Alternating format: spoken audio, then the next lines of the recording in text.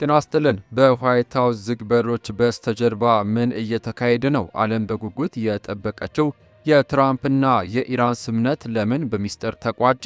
በሌላ በኩል ደግሞ ዕድሜያቸው ወደ 80 እየተቃረበ የመጡትና የታሪክ አንጋፋው ፕሬዝዳንት የሆኑት ዶናልድ ትራምፕ በ22 ስፔሻሊስት ሐኪሞች የተደረገላቸው እጅግ ዝርዝር የጤና ምርመራ ውጤት አሁን በይፋ ወጥቷል። ዛሬ ትራምፕ በፖለቲካውም ሆነ በጤናቸው ላይ ዓለምን አስደምመዋል። የክብደታቸው መጠንና ሐኪሞቹ የሰጧቸው ማስጠንቀቂያ ምን ይመስላል? ሰበር መረጃዎችን በዝርዝር ይዘን ቀርበናል። እስከ መጨረሻው ከኛ ጋር ይቆዩ።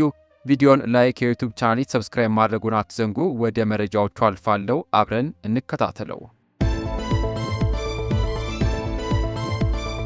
በቅድሚያም የአሜሪካው ፕሬዝዳንት ዶናልድ ትራምፕ አርብ ዕለት ከረዳቶቻቸው ጋር ከኢራን ጋር የተኩስ አቁም ለማራዘም ስለተደረሰው ስምምነት በዋይት ሃውስ ሲቹዌሽን ሩም ውስጥ ተገናኝተው ቢወያዩም ቀጣይ እርምጃ ምን መሆን እንዳለበት ግልጽ ሳይሆን መጠናቀቁ ተገልጿል። በዚህ ድርድር ዙሪያ ፕሬዝዳንት ትራምፕ የሀገራቸውን ቀይ መስመር በግልጽ አስቀምጧል።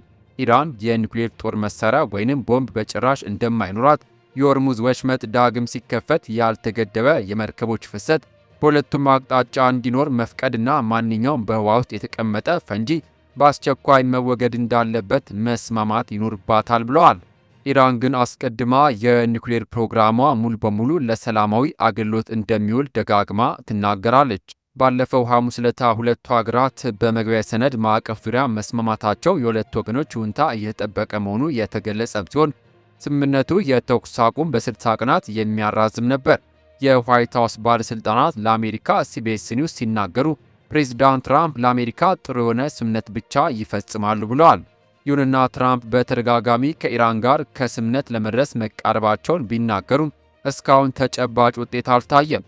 አርብ ዕለት በማኅበራዊ ሚዲያ ገጻቸው የሆርሙዝ ወሽመጥ እገዳን ለማንሳት ዝግጁ መሆናቸውን ቢገልጹም አሜሪካ የኢራን የተብላላ ዩራኒየም እንድታስወግድና እንድታወድም ጠይቋል። ቀጣዩ እርምጃ እስኪታወቅ ድረስ ምንም አይነት ስምምነት አይኖርም ሲሉም አክለዋል።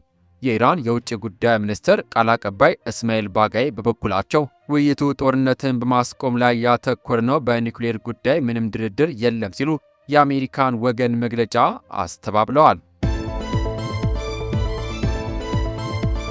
በሌላ ዜና የፕሬዝዳንት ዶናልድ ትራምፕ የጤና ምርመራ ውጤት በዎልተር ሪድ ወታደራዊ ሕክምና ማዕከል ከተካሄደ በኋላ ይፋ ሆነ። የግል ሐኪማቸው ሙሉ ጤንነት ላይ እንደሚገኙና ኃላፊነታቸውን ለመወጣት ብቁ መሆናቸውንም አስታውቋል።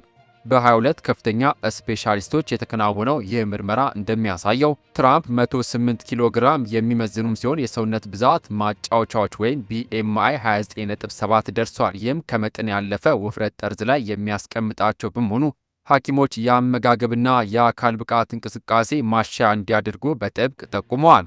በተጨማሪም በእጃቸው ላይ የታዩ የመሰባበር ምልክቶች በአስፕሪን አጠቃቀም ምክንያት የመጡ መሆናቸው የተገለጸ ሲሆን የልብ የሳምባና የነርቭ ምርመራዎቻቸው ግን ሙሉ በሙሉ መደበኛ ናቸው። በትራምፕ ላይ የተደረገው የእውቀት ማስተዋል ወይም ደግሞ ኮግኒቲቭ ፈተና ምንም እንከን የሌለበት ሙሉ ውጤት ያስመዘገበም ሲሆን የኮሌስትሮል መጠናቸው ከፍተኛ መሻሻል አሳይቷል። ዕድሜያቸው በአሁኑ ወቅት ወደ 80 እየተቃረበ የመጣው ዶናልድ ትራምፕ የታሪክ አንጋፋ የአሜሪካ ፕሬዝዳንት በመሆን በስልጣን ላይ ይገኛሉ። በአንድ በኩል የኢራን የዲፕሎማሲ ፍጥጫ፣ በሌላ በኩል ደግሞ የጤና ሁኔታቸውና የሐኪሞች አዲስ የአመጋገብ ምክር። የ80 ዓመቱ ፕሬዝዳንት በቀጣይ የዓለም ፖለቲካ ላይ ምን አይነት ውሳኔዎችን ያሳልፉ ይሆን? ሐሳብ አስተያየታችሁን በኮሜንት መስጫው ላይ አስፍሩልን። እኛም ጉዳዩን በቅርብ ርቀት እየተከታተልን ወደ እናንተ የምናደርሳችሁ ይሆናል። ለሰዓቱ ያዝንላችሁ ሰበር አጭር መረጃ እነዚህ ነበሩ። ከሰዓታት በኋላ በሚሰሙ በአዳዲስ መረጃ እስከምንገናኝ በያለንበት የዓለም ዳርቻ ቸር እንቆይ።